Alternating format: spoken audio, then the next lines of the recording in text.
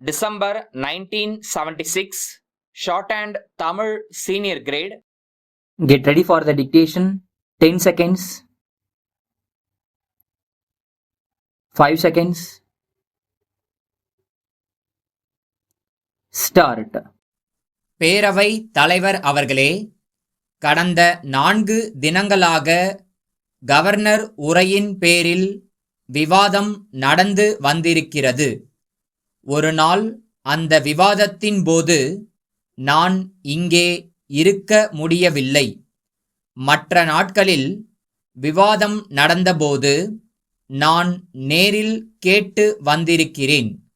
நான் வராத நாள் நடந்த விவாதத்தை பத்திரிகையின் மூலமாகவும் இங்கே எடுத்திருக்கக்கூடிய குறிப்புகளின் மூலமாகவும் பேசிய விஷயங்கள் எல்லாவற்றையும் ஓரளவு தெரிந்து கொண்டிருக்கிறேன். இங்கே நடந்த விவாதம் நாம் எல்லோரும் பெருமைப்படக்கூடிய முறையிலே, நல்ல முறையிலே நடந்து இருக்கின்றது என்கின்ற பாராட்டுதலை முதலில் தெரிவித்துக் கொள்ள விரும்புகிறேன். கவர்னர் உரையின் விவாதத்தின் போது இந்த உரையில் போதிய அளவு இந்த அரசாங்கத்தினுடைய கொள்கைகள் விளக்கப்படவில்லை என்ற குற்றச்சாட்டு பெரிதாகச் சொல்லப்படுகிறது.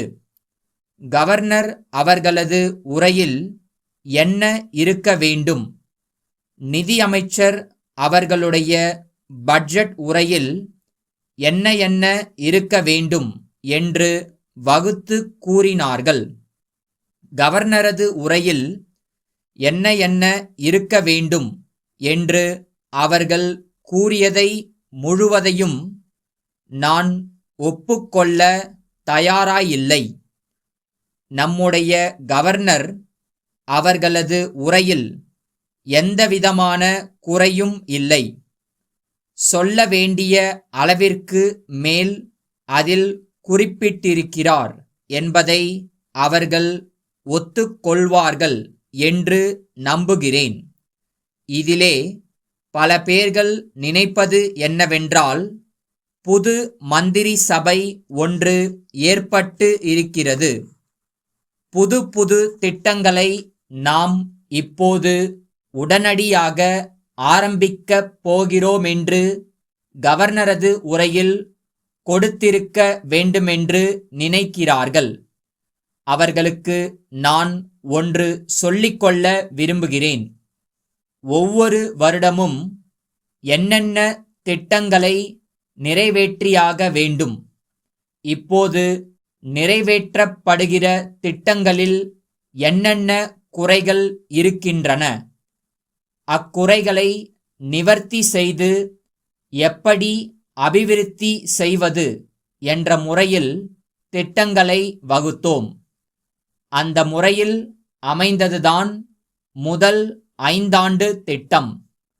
அது முடிந்த பிறகு மக்களை கலந்து ஆலோசித்து யார் யார் யோசனைகளை சொல்ல தயாராய் இருந்தார்களோ அவர்களுடைய யோசனைகளை கேட்டு நாட்டிலுள்ள சிறந்த பொருளாதார நிபுணர்களையும் திட்டத்துறை வல்லுநர்களையும் கலந்து ஆலோசித்து வெளிநாடுகளில் இருந்து வந்த நிபுணர்களையும் கலந்து ஆலோசித்து அடுத்த 5 ஆண்டுகளில் என்ன செய்து முடிக்க வேண்டுமென்று தீர்மானித்து ஒரு திட்டம் உருவாக்கி, அந்த திட்டத்தின் அடிப்படையில்தான் இந்த அரசாங்கம் நடக்கப் போகிறதே ஒழிய தேர்தல் முடிந்து புதிய மந்திரி சபை வந்திருக்கிறது.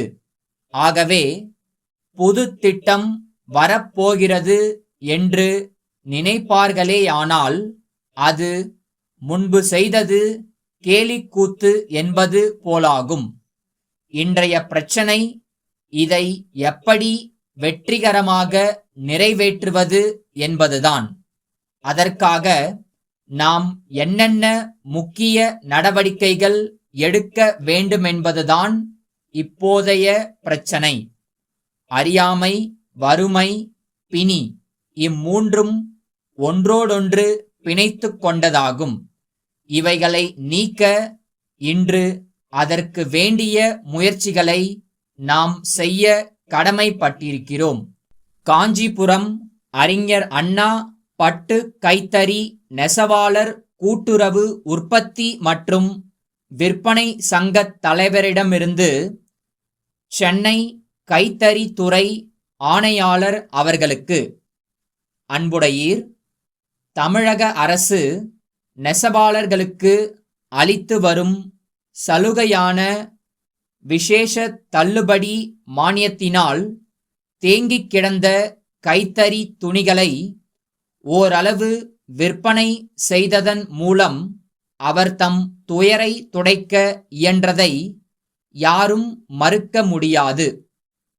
இத்தகைய சலுகையை ஆண்டுதோறும் பண்டிகை காலங்களிலும் கைத்தறி வார விழா போன்ற நாட்களிலும் தமிழக அரசு வழங்கி வருகின்றது.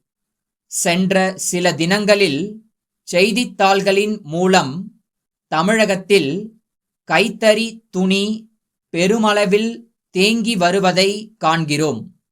மேலும் இவற்றை உடனடியாக விற்க தமிழக அரசு கைத்தறி துணிகளை கொள்முதல் செய்து விசேஷ தள்ளுபடியாக 25% அனுமதிக்கக் கோரி தமிழ்நாட்டில் பல்வேறு பகுதிகளிலிருந்து நெசவாளர் கூட்டுறவு சங்கத் தலைவர்கள் பலர் விரும்பி வேண்டியதை நாம் காண்கிறோம்.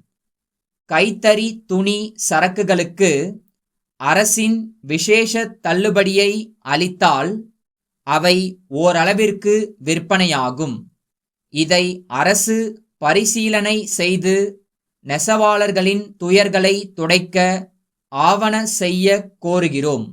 தங்கள் உண்மையுள்ள